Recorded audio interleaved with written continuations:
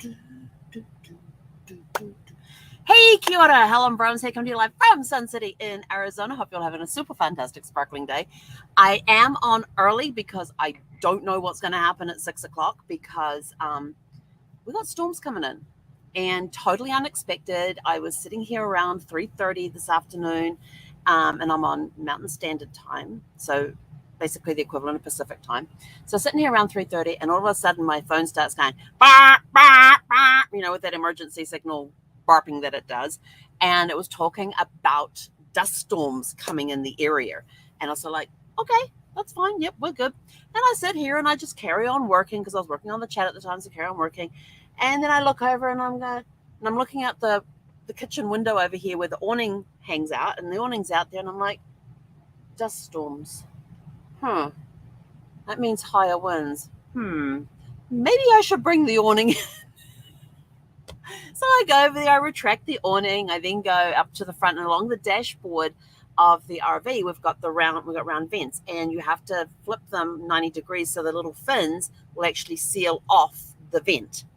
And it's very advisable to do that when you are in dust storms. So we got all of them closed off.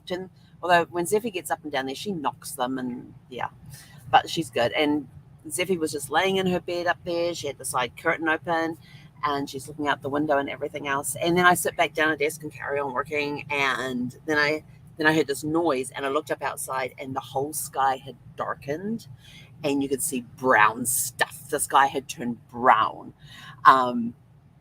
And it was sort of like, oh, I got the awning in just in time because the winds came up really strong, and they were talking about wind gusts up to 50 miles an hour. I have no idea what that is in kilometers. I think it's like around 75 to 80 kilometers, somewhere around there. I'm trying to remember what the odometer looks like. There's 50, I think it's somewhere around 70, 75 kilometers, something like that. Anyway, and so I was like, oh my gosh. And so I had to keep going because chat today was busy. It was busy today, and I was just constantly. So got that all done and finished and everything else. And then I thought, I got to video this. So I went and I videoed it and tried to keep it under a minute for the shorts and everything else. And I think it was 1:17 of it'll do. Got it all posted and all that sort of stuff. But and it was getting worse. And they said it was that the warning would clear at 4:15. That was an hour and 20 minutes ago. It's now 5:35. And we've still got the wind blowing. There's still the gusts coming through. The trees are still doing this. So if you're watching the video and you're seeing the trees doing this, they're still doing that. And then the phone starts going crazy with ding, da, ding, da, ding, da, ding, da, ding. What the heck's going on? And it's the weather dinging. The weather app's coming in and saying, hey, we've got lightning is this far away from you. Lightning is this far away from you. We've got flash flood warnings out. We've got air quality alerts out. We've got the whole, the only thing we don't have is snow or hail, but we've got the dust storms going through right now. And it's just starting to rain. So it's doing that little spitting thing, or the sprinkle thing. So I thought, well, I better get this in because I was looking ahead at the wheel. I gotta show you the wheel on this thing. It's pretty cool. Where's my wheel? So it's currently 80. Oh, it's dropped up to 80 degrees. Okay, so the wheel's not as bad as it was a few minutes ago. So this is the wheel, and those red tipped bits is thunderstorms. And so I was looking at this thinking, okay, we're going to have thunderstorms around 6 o'clock. Yeah, there's a possibility of losing power. Pretty high, probably. Thankfully, yesterday I emptied the black tank, which was okay. Well, it needed to be done anyway. But I filled up the freshwater tank. So that's added more weight to Sparkles. Plus, with the park model on this side, the fence behind me, I am kind of semi-protected from the elements when they come from the east or the north. And this is sort of like coming in from the northeast direction. What is the wind direction? Because it keeps confusing me. And I actually did go outside in the wind. What does this say? Okay, they say it's coming from the north, it's coming from directly behind me. 11 miles with wind gusts up to 24. Well, the weather alerts are saying wind gusts up to 50 miles per hour. So I thought, I better get on. And so suddenly it just occurred to me, what do you do with life? This is nature having storms and throwing a tizzy and doing its thing. But what happens when your life gets turned upside down and you're faced with personal life storms? What do? Well, you just learn to dance in the rain. or you be the one that comes in and creates a storm. Everybody should have action plans. You have action plans, like those in Florida that have just gone through Hurricane Ian. They all had an action plan of what to do to prepare for the hurricane to come through, from covering windows to having food store, to having food supplies stacked up, having water supplies stacked up. They had all of their emergency kits. If the power goes out, we've got this available, we've got that available. They had their preparedness. In places like New Zealand, people have earthquake kits, because and especially those that live in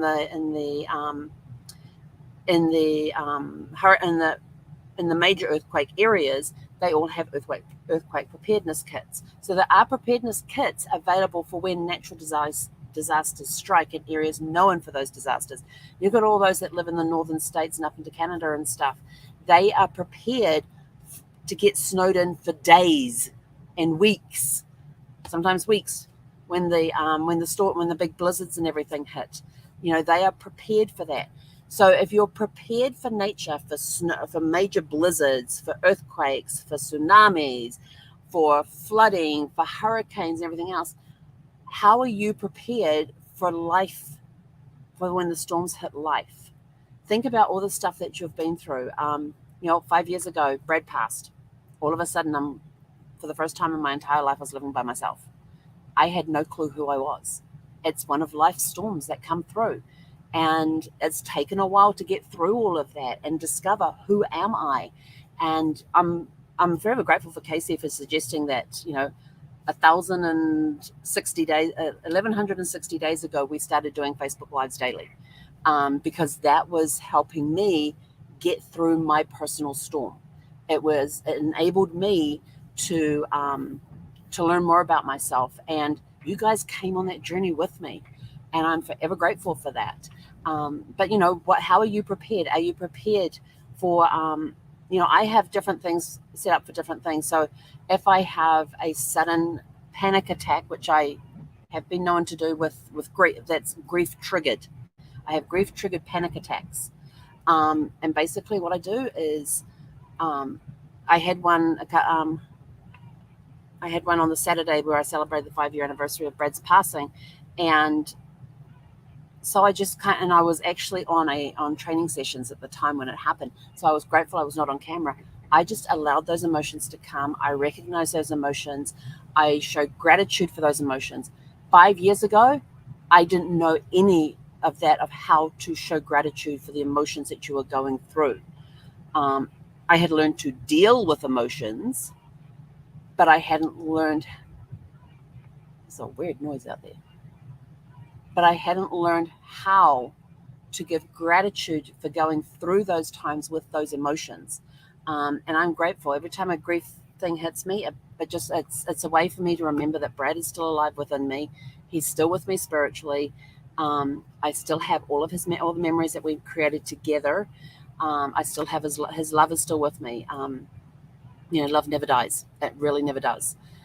So I am grateful for those moments. I am grateful for those memories. I am grateful for the love that Brad and I had, and we still have. I'm grateful that we still have some sort of connection to each other, even though he is physically not here, which, by the way, pisses me off, but that's another story. I'm not angry at him for leaving. At the cancer, yes. Cancer caused his body to break down so much his soul couldn't live there anymore. So it had to move on to the next realm of existence. So I'm not angry at him for leaving. I understand why he left. I accept why he left.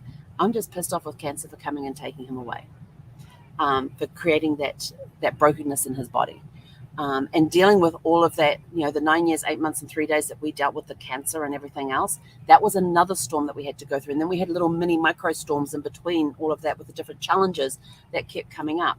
But through it all, I kept my faith. I kept my hopes up. I tried to stay as positive as possible. And fortunately, with Brad and I, if one of us was down, the other one was always up. So if one was having a down day, having a pity party or whatever we were going through, the other one was there to support them. We were never having that pity party at the same time, which I am extremely grateful for, because I don't know what would have happened had we both been having our own little pity parties. but we were there to help and support and love each other through that. I have some great friends. I've got a super community with my mastermind group that have been through this journey with me, and I've got some great friends out of it. And like I said to Brad, I said I wouldn't change a thing because of all the who we have become, because of these challenges, because of the storms we have gone through. We have grown, we have stretched, we've become better people because of them. And to get to the next reward in life, you have to go through these storms in order to grow and be mentally prepared for those challenge, for what's coming. I've got this massive goal to achieve in the next 10 years. I'm nowhere near mentally prepared for that. I know in myself that I am currently not mentally ready for it. I do believe it is going to, I have faith and trust that it is going to happen. And that along the way, there's going to be stuff that's going to come up every now and again that's going to help me stretch and grow to be physically and mentally prepared for when it does happen. So everything that we go through life, all those little storms, and it's what's that saying about when the storms come, learning to dance in the rain. I always dance in the rain. Physically, mentally, I dance in the rain. It's a great mental relief for me. Keep hearing like voices. But it's actually the wind. It's the weirdest sound. Whatever it is, it's got Zeffie's attention. She's like, sounds like ducks quacking. So anyway, sorry, back on track. So so batten down the hatches, get ready for the storm. You will never be 100% prepared for a storm. Never. You can be the best prepared person for a hurricane, and stuff happens that you're sort of like, oh, we never think of that. Or I thought we were prepared for that. No, we hadn't. There is something that everybody, yes, you can have the checklist that you go down, but there could be something different that happens in that storm that you're not prepared for. Think about that. It's the same with life storms. You can be as prepared as you want to, as you can possibly be. You can have things in place that when this happens, this is what I do. You have your own, when grief strikes, there's my action steps to help me walk through it with gratitude and love to get through the other side. But there's going to be grief I know that's going to come out of the blue, hit me sideways, and I may have my checklist all done, but it's not going to help me prepare for that. I'm going to have to learn a new method to help prepare for that particular type of grief that hits. So there's steps along the way that you can take. There's, it's just all about being prepared for yourself as best as you can, having those action plans in place. If this happens, we do this. But be prepared, like we talked about, what day did we do the unexpected thingy? 2 days ago on podcast 1158, we did expect the unexpected, about when you're traveling. You can be the most prepared person when you're traveling, and you can say this is going to go off perfectly, and then something happens that you're not prepared for, and all of a sudden your vacation has become an adventure, and that's the one that you're going to talk about the most because something happened on it. It wasn't just we had a lovely time, we went here, we saw this, we saw that, we had dinner at this restaurant, it was great food, the server was absolutely fantastic. Who wants to sit and listen to that?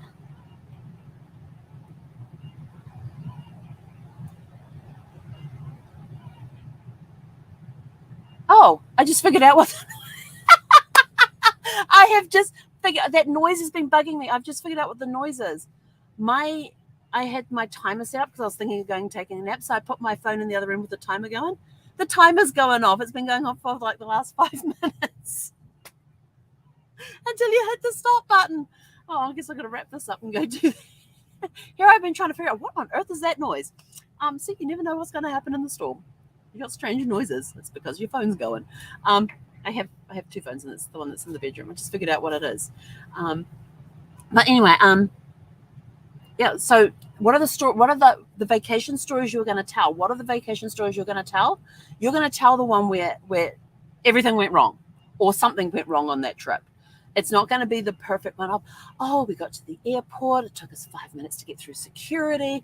Then we were able to sit in the lounge and go and have a cup of coffee and something to eat. And we sat there and read a book, or we talked, we people watched. Then we boarded our plane. We took off on time. We had no problem getting on the plane. Everything went smoothly. The flight stewards were fantastic. The flight was very smooth. We didn't even hit a rough patch. Yeah, right. We landed. We got through customs and immigration like a breeze. Like 30 minutes after off the plane, we're out. We're out and we're on the bus ready to go to our hotel. And we get to the hotel. We've been upgraded. Whose vacation goes like that? I mean, I see the itineraries when I'm working with clients. I see their itineraries. I know what their itineraries are going to be. In the background, what they don't know is that I have contact information. I have a list of contact information for every hotel they're going to be staying in, whatever ship they're going to be on, whatever part of their journey they're going to be on. I have the contact information actually attached to their file, so that should anything happen, I just go to their file and there's all of the vendors that I'm using for that particular trip, all listed there with contact phone numbers and everything. And with the business development managers and all of that, the people behind the scenes that I need to be able to contact to help resolve their issue. So that's my preparedness for when clients are taking vacations. But what are the vacations they come in and tell you? Oh, we got to the airport. It took us 3 hours to get through the security. They told us it was only going to take an hour. We got through. We were all hot. We had to go to the other end of the terminal to find our gate. And we're running as fast as we could, and we can't run very fast, so we're just going faster than a walk. And in those conveyor belt things for the people, they were out of action, so we had to run the whole length of the terminal. We get to the gate and they're starting to board already, and I had to go pee, and I didn't know if I had time to go pee before they were boarding, so I had to, and the restroom was like 3 gates down. I had to run down there, pee fast, and come back again, and I was able to get on the plane. I got there, and I had to move 2 people so I could get into my seat by the window, and then there was no area up top to put my bag, and I have no idea where my bag ended up. We had to find it afterwards when we got to wherever we were going, and who can relate to that? Which is the one which is out of those 2 stories, which are the ones that are going to be the most entertaining to tell and the most entertaining to listen to? It's not going to be we had it, we're through security in 5 minutes to our gate. We had time for coffee, and whatever. I love the ones that you're rushing from place to place, and then we get off the plane and we had to wait 30 minutes for our bags to come through. Oh, it took forever. And then it took forever to get through immigration and customs. And then we got out and we just missed the bus to our hotel. So we had to wait another 30 minutes for another one to come through. And that was packed. So we had to stand, and they barely had room for our bags. And we get to the hotel and they'd lost our reservation. Which is the story that you're going to hear the most or tell the most? Think about it. It's the same with life storms. When you're going through stuff, we had a really good day. Work went really well today. We signed up this new client. We signed up this one. We got this one itinerary out the door and ready to go. And able to talk to this one and everything. And I called up the cruise line to verify all the bookings and everything for the group we've got going, and they were fantastic. Everything's ready to go. Or is it going to be as a travel professional, is it going to be the story like, oh, you're not going to believe this story. You ready? I got a story for you. Let me tell you this. We had this client, great client. Love my clients, but let me tell you about the vendors that I had to deal with and the crap I had to put up with. Which one are you going to listen to the most? Which one? Life storms. You've got to grow through the storms. You have to grow through the storms. You got to have those deep roots. Have them deep in whatever faith you have, and know that this too shall pass. And when it passes, it is going to be so worth the ride through the storm. And the dance through the storm, that you are going to be rejoicing on the other side, because this is what's happened because of the storm that you just went through. You are now more mentally prepared for what's coming, for the big goals that you've got. Stuff falling on the roof. It's okay. You're fine. You're going to be more mentally prepared for what's coming. You're going to be more mentally prepared for some of the bigger challenges, because the challenges are going to get tougher as they go, because you need to do that growing. So How do you get through life's storms? Let us know in the comments below some of the things that, some of the tips and techniques and tricks and things that you use to help get you through the storms. And go out, have a super fantastic sparkling day. Yes, I know this is a whole early. It's dark out there now. I gotta go turn that stupid timer off. Anyway, go have a super fantastic sparkling evening. Put your dancing shoes on and get ready to dance through the storms. You know they're gonna come. You're gonna be learning some new steps, and those new steps are gonna take you on to bigger and greater things. Have a super fantastic sparkling evening, and we'll catch you back here tomorrow at 6 p.m. Pacific time. Hei konara.